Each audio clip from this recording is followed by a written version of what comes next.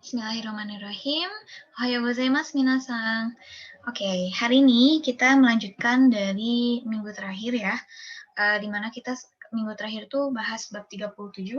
Sekarang kita maju ke bab 38 ya. Bab 38 dengan judul Shumi wa Nandeska. Nah, kita bedah dulu ya, Shumi itu apa, Nandeska itu apa, dan lain sebagainya. Seperti biasa, Shumi itu artinya hobi atau kegemaran. Tapi emang paling tepatnya itu secara harfiah, kalau dilihat di kamus ya, nih, Sensei sambil buka kamus juga. Shumi itu artinya hobi, atau misalnya, ya paling dikenalnya itu hobi. Tapi bisa juga diartikan sebagai kegemaran, kesukaan, atau misalnya selera, dan lain sebagainya ya, kayak gitu. Jadi saat kita misalnya nih Shumi wa Nandeska, berarti kita menanyakan sukanya apa, seleranya apa, hobinya apa, kegemarannya apa, kayak gitu ya. Oke. Oke, Shumi wa Nandeska. Ya, tadi ya artinya kalau misalnya di bahasa Indonesiain itu hobinya apa, kayak gitu. Jadi kita bertanya kepada seseorang kegemarannya apa, sukanya apa, dan lain sebagainya. Tapi ingat ya, walaupun misalnya Shumi itu bisa diartikan sebagai selera atau kesukaan atau yang disukai, tapi paling tepatnya itu sebagai hobi ya artinya. Oke. Nah, sebelum kita masuk ke materi intinya, kayaknya lebih enak kalau misalnya kita mulai dengan membaca doa ya, dan berdoa kepada Tuhan Yang Maha Esa, untuk kegiatan kita hari ini, di pagi hari ini ya. Mari kita berdoa untuk kesehatan, keselamatan, dan kelancaran kehidupan kita ya gitu. Apalagi mungkin di antara kita semua ada yang lagi sakit, ada yang lagi kena musibah dan lain sebagainya. Yuk kita doain bersama-sama agar segera dimudahkan urusannya, dilancarkan dan disehatkan kembali. Berdoa dipersilakan ya.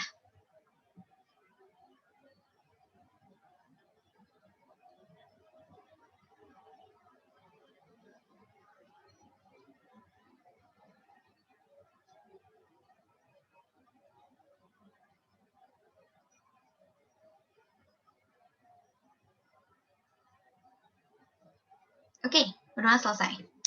Oke, kita mulai aja ya. Hari ini materinya apa aja, Sensei? Materi kali ini bakalan bahas beberapa hal. Mulai dari hobi, kegemaran, kesukaan, terus juga ada pengenalan ke bentuk kamus dari kosakata-kosakata atau kata kerja yang sebelumnya sudah dipelajari, ya. Terus nanti kita juga bakalan belajar pola kalimat terbaru untuk menanyakan dan menyatakan kegemaran atau kesukaan kita, ya, kayak gitu. Dan dalam sesi kali ini, bakalan ada beberapa macam tugas. Seperti biasa, penugasan individu, kelompok, dan dialog atau praktik ya. Sorry, kenapa belum sama Sensei di-share ya? Maaf. Sensei share dulu. Oke, kita mulai aja ya. Yokoso, ishoni benkyou shimasu. Gambarimashou. Semangat ya. Oke, sebelum kita masuk ke topik-topik lainnya, alangkah lebih baiknya kalau kita pelajari dulu pola kalimat dasarnya. Kenapa? Sekali lagi, Sensei jelaskan, pola kalimat itu ibaratnya kayak apa ya? Kayak fondasi awalnya. Kalau kita mau bikin rumah, kita kan harus punya fondasi awalnya ya. Kalau enggak ya, nggak akan kuat berdirinya rumahnya. Nah, pola kalimat dasar yang pertama, ada ini nih. Kabe atau kata benda, orang, no shumi wa nandesu ka. Kayak gitu ya. Biasanya kalau ini kan bentuk pertanyaan ya, jadi ini kita gunakan saat kita ingin bertanya kepada seseorang hobinya, kegemarannya, kesukaannya, atau seleranya itu apa. Berarti nggak bisa pakai subjek watashi ya. Jadinya kalau misalnya watashi, berarti kita nanya ke diri sendiri dong, kayak gitu. Jadi subjek atau kata benda orang yang bisa dipakai itu mulai dari kamu, dia, atau misalnya subjek orang ketiga. Kayak gitu ya. Oke, jadi ingat-ingat kembali ya. Kata benda orang, no shumi wa nandesu ka. Ini kita gunakan saat bertanya ya. Hai. Terus ada pola kalimat dasar yang kedua. Nah ini, kalau yang sebelumnya itu kita gunakan saat kita ingin bertanya kepada seseorang tentang hobinya, kegemarannya, dan lain sebagainya. Nah yang ini berarti saat kita menjawab atau misalnya saat kita menyatakan kegemaran kita, hobi kita itu apa, ya. Oke, pola kalimatnya kayak gimana? Kata benda orang atau subjek no shumi wa kata kerja bentuk kamus koto desu. Kayak gitu ya. Nah, tadi ya, tuh di sini ada catatannya. Pola kalimat ini digunakan untuk menyatakan hobi yang berupa kegiatan, kayak gitu. Nah, kegiatan dinyatakan dengan kata kerja bentuk kamus, seperti gita o hiku. Gita o hiku itu berarti main gitar ya. Hiku itu sebenarnya memetik ya, kalau nggak salah artinya secara harfiah. Terus ada lagi, manga o yomu, berarti membaca manga. Tenis o suru, nah berarti main tenis, dan sebagainya ya. Nah, sebetulnya sih kalau misalnya di modul itu udah sempat disebutin ya, kalau misalnya kata kerja itu ada bentuk kamus dan ada bentuk mas dan lain sebagainya, kayak gitu. Sekarang kita masuk ke contoh kalimat dulu sebelum masuk ke yang lain-lainnya. Contoh pola kalimat 1, ini yang bertanya. Mayu-san no shumi wa nan desu ka? Mayu-san no shumi wa nan desu ka? Nah, ingat-ingat lagi, kalau misalnya subjeknya itu orang ketiga yang pakai nama, kayak gini, dan kita misalnya harus, ini masih bentuk formal ya, itu pakai san akhirannya ya. Ingat, mau cewek cowok akhirannya pakai san. Mayusan no shumi wa nan desu ka? Hobi atau kegemaran Mayusan itu apa? Berarti kita yang nanya ya. Oke. Terus, sekarang contoh pola kalimat kedua. Mayu-san no shumi wa tenisu wo suru koto desu. Nah, berarti Mayu-san no shumi wa tenisu wo suru koto desu. Hobinya Mayu-san itu main tenis, ya. Nah, Sensei yakin pasti ada yang bertanya-tanya, Sensei, kotonya itu apa? Kotonya itu hal. Jadi sebenarnya dia nggak punya artian yang signifikan atau gimana. Cuman kalau misalnya benar-benar pengen diartiin, koto itu artinya hal, kayak gitu ya. Oke, kita masuk dulu ke sini, kosakata baru. Nah, ini dia yang tadi dimaksud dengan bentuk kamus. Sebenarnya sih kita udah sempat membahas ya perubahan kata kerja bentuk kamus. Kayak contohnya di sini ada bentuk mas. Terus peraturan perubahannya ke bentuk kamusnya seperti apa dan nantinya jadi bentuk kamusnya kayak gimana. Oke, kita lihat dulu ya. Bentuk masnya itu imas. Imas itu artinya bilang, ngomong, kayak gitu. Nah, kan dia itu kalau misalnya bentuk kamusnya itu dari iu ya, iu kayak gitu. Kikimas itu artinya mendengar ya. Berarti kikimas itu si ki-nya di akhir, kalau misalnya kita mau ubah ke bentuk kamus, jadi ku, jadi kiku, nggak pakai mas lagi ya.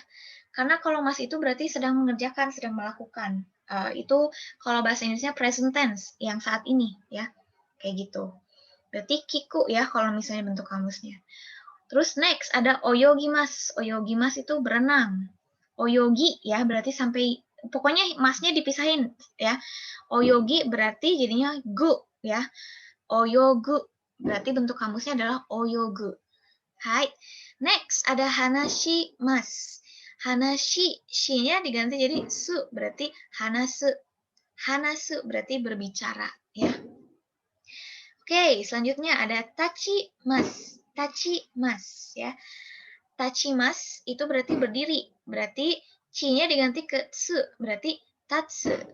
Kalau bentuk kamusnya tatsu. Hai. Next.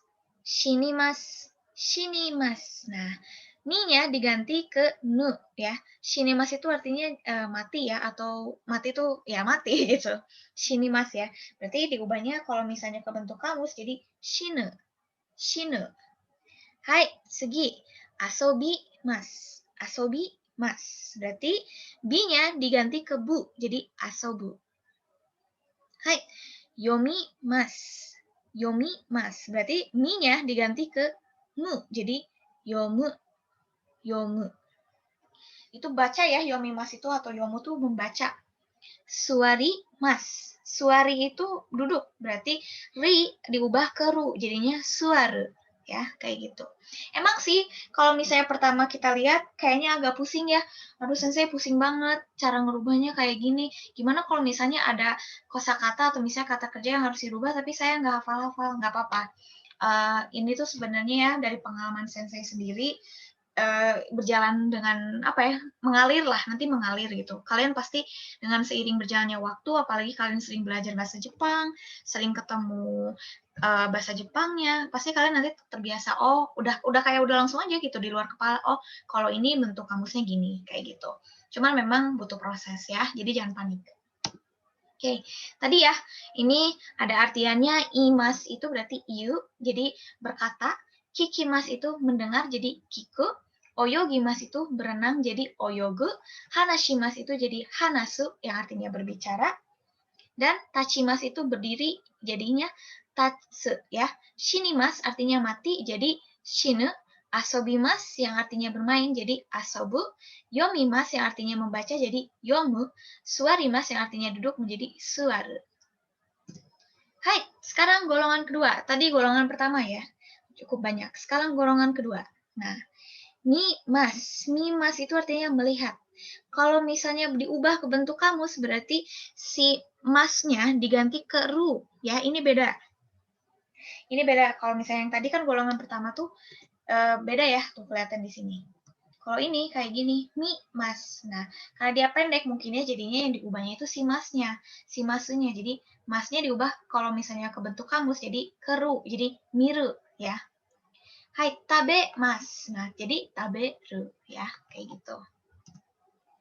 Terus ada golongan ketiga, kimas. Berarti ini masih sama ya, kimas. Tapi jadi kuru. Nah, ini yang khusus. Mereka tuh benar-benar langsung diubah kayak gitu, diubah sendiri. Sebenarnya dari pengalaman saya juga banyak yang panik di golongan ketiga ini, ke bentuk kamusin. Karena mikirnya, aduh, berarti kalau misalnya di golongan ketiga ada yang kayak gini, berarti ada juga dong yang harus perubahannya tuh benar-benar drastis. Nah, jangan panik. Pokoknya intinya ingat-ingat gini aja. Sekarang pelajari, pahami dulu, nggak usah harus benar-benar gimana. Nanti kalian seiring berjalannya waktu, kalian sering belajar bahasa Jepang, sering ketemu bahasa Jepang, ngedengar, berbicara, membaca, dan lain sebagainya, kalian pun jadi terbiasa. Jadi ini tuh di luar kepala, kayak gitu ya. Kimas itu artinya datang atau sampai. Bentuk kamusnya jadi kuru ya. Bukan jadi kiru, tapi kuru. Shimas yang artinya melakukan, itu jadi suru. Benkyou shimasu. Nah, benkyou shimasu. Nah, kalau benkyou shimasu jadinya benkyou suru ya. Kayak gitu. Hai, sekarang kan tadi kita udah belajar merubah kata kerja ke dalam bentuk kamus. Sekarang kita masuk ke kosakata baru, yaitu shumi atau kegemaran ya. Di sini ada utau, utaimas atau utau, utau ya. Uta itu lagu, utaimas itu bernyanyi kayak gitu. Utau itu bernyanyi ya, bentuk kamusnya utau. Utau utaimas berarti menyanyikan lagu. Next, gitao hikimas. Gitao hiku berarti memetik gitar atau bermain gitar. Sebenarnya hikimas itu secara harfiahnya artinya itu memetik ya, kayak gitu. Gitao hikimas. Nah, next, eo kakimas. Eo kaku berarti menggambar ya. Ongaku wo kikimas. Ongaku wo kiku mendengarkan musik. Manga o yomimasu. Manga o yomu berarti membaca manga. Ryori o tsukurimasu. Ryori o tsukuru berarti membuat masakan atau masak ya kalau kita mah. Next, shashin o torimasu. Shashin o toru berarti mengambil foto atau foto ya, fotografi. Dansu o shimasu. Dansu o suru berarti ini melakukan tarian, tapi sebenarnya sih lebih kayak kita menari kayak gitu ya. Oke, sekarang kita masuk ke contoh kalimatnya ya. Watashi no shumi wa ryori o tsukuru koto desu ya. Ingat-ingat lagi pola kalimatnya untuk menyatakan hobi atau kegemaran. Berarti subjek no shumi wa kata benda hal yang kita sukai hobinya. Misalnya terus ini, tapi kata kerja ya, sorry, kata kerja bentuk kamus koto desu, kayak gitu ya. Watashi no shumi wa ryori o tsukuru koto desu. Berarti hobi saya adalah ini membuat masakan atau masak ya, kayak gitu. Next, Akira-san no shumi wa sakka o suru koto desu. Akira-san no shumi wa sakka o suru koto desu. Berarti uh, hobinya Akira adalah bermain sepak bola. Kayak gitu. Oke. Nah, sampai sini dulu deh. Kira-kira ada yang mau ditanyakan? Boleh ya?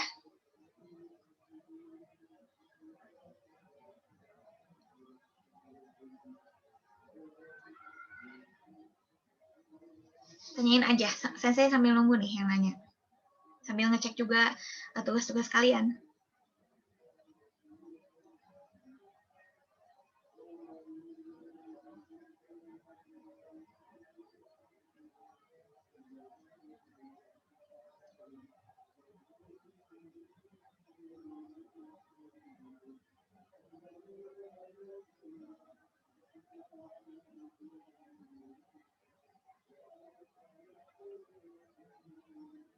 Oke, berarti belum ada ya.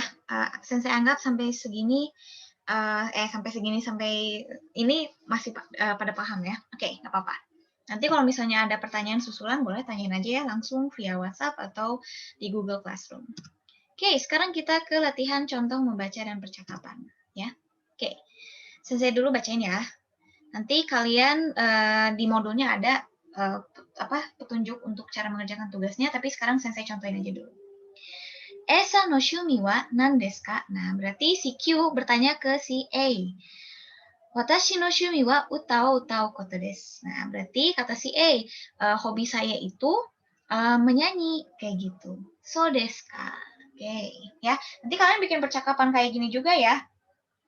Bikinnya di WhatsApp boleh, misalnya diketik, terus nanti di screenshot boleh. Gimana kalian aja enaknya ya.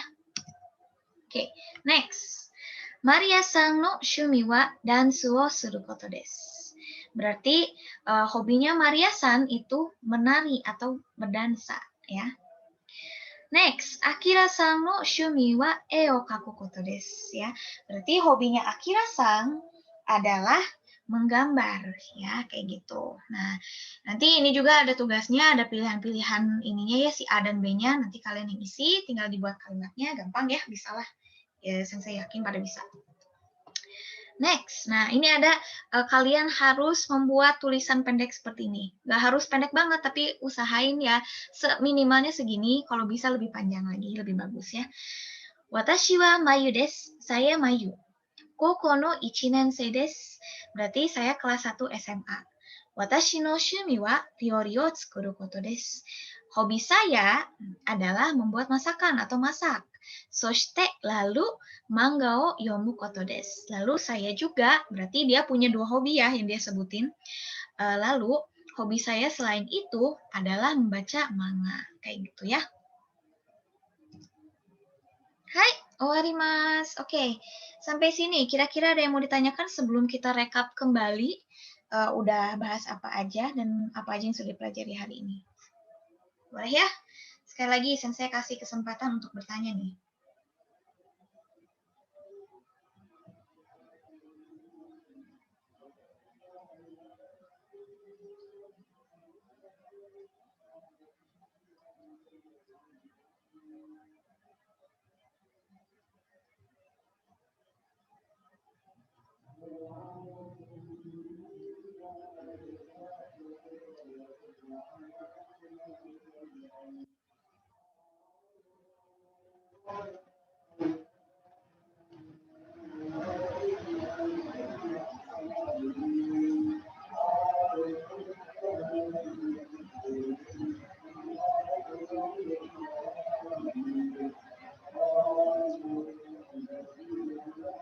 Gak ada ya? Oke, berarti Sensei rekap ulang kembali ya. Jadi, pelajaran kita hari ini tadi udah bahas apa aja? Kita tadi udah bahas ini ya, tentang shumi atau hobi atau kesukaan atau kegemaran kayak gitu ya. Tapi intinya shumi itu sekali lagi Sensei ingatkan adalah hobi ya yang dilakukan saat ada waktu luang kayak gitu. Nah, terus tadi kita udah belajar apa aja materinya, kita udah belajar tentang macam-macam hobi, kegemaran, dan kesukaan, bentuk kamus kata kerja, dan pola kalimat untuk menanyakan dan menyatakan kegemaran atau hobi. Ya. Dimulai dari pola kalimat dasar 1, yaitu pola kalimat untuk bertanya kepada seseorang tentang hobi atau kegemarannya. Ya. Pola kalimatnya kayak gimana? Yaitu subjek atau kata benda orang no shumi wa nan desu ka? Ya, kayak gitu.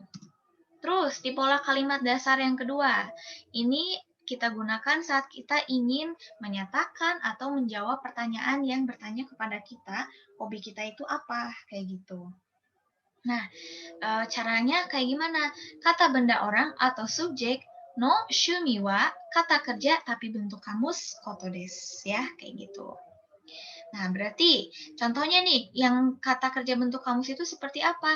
Kayak misalnya gita o hiku, main gitar, atau manga o yomu, membaca manga, atau tenis o suru, bermain tenis atau melakukan tenis, ya. Contoh kalimatnya. Yang pertama, Mayu-san no shumi wa nan desu ka? Mayu-san no shumi wa nan desu ka? Jadi, kita nanya nih ke Mayu-san. Mayu-san, hobinya Mayu-san itu apa? Kayak gitu ya. Terus, contoh pola kalimat kedua. Mayu-san no shumi wa tenisu wo suru koto desu. Mayu-san no shumi wa tenisu wo suru koto desu. Berarti, hobi kegemarannya Mayu-san itu bermain tenis. Kayak gitu ya. Oke. Nah, terus tadi juga kita belajar cara merubah kata kerja ke dalam bentuk kamus. Ada 3 golongan. Golongan 1, golongan 2, dan golongan 3 ya. Golongan 1 itu biasanya si awalannya dan masnya itu dipisahkan gitu. Jadi yang diubahnya itu si awalannya kayak gitu. Kayak misalnya imas jadi il, kikimas jadi kiku, oyogimas jadi oyogu, dan seterusnya. Kalau di golongan kedua, itu si masnya yang diubah, ya. Jadi ke ru. Kayak contohnya, mimas jadi miru, tabemas jadi taberu. Dan ada golongan ketiga yang sangat spesial menurut Sensei, itu di mana si ininya benar-benar diubah secara keseluruhan atau drastis ya ke dalam bentuk kamus. Contohnya, kimas atau datang, jadi kuru bentuk kamusnya. Shimas yang artinya melakukan atau dilakukan, itu diubahnya jadi suru kalau ke bentuk kamus.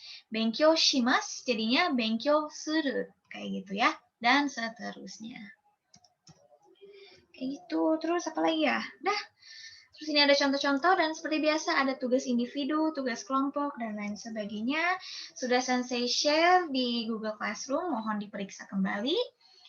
Nanti coba dikerjakan seperti biasa, deadline-nya jam 8 atau 9 atau 10 malam, atau ya maksimal kalau hari ini sampai pergantian waktu ya.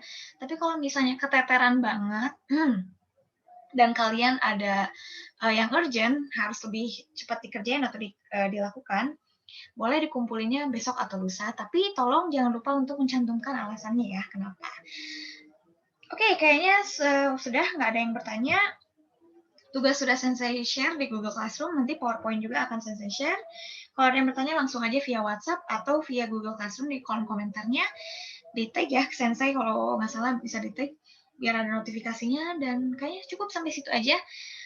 Sensei tutup kelasnya. Terima kasih untuk semuanya yang sudah hadir, sudah aktif berpartisipasi. Sensei ucapkan terima kasih dan apresiasi sedalam-dalamnya. Sensei tutup ya kelasnya. Kerjain ya tugasnya. Dadah, Assalamualaikum semuanya.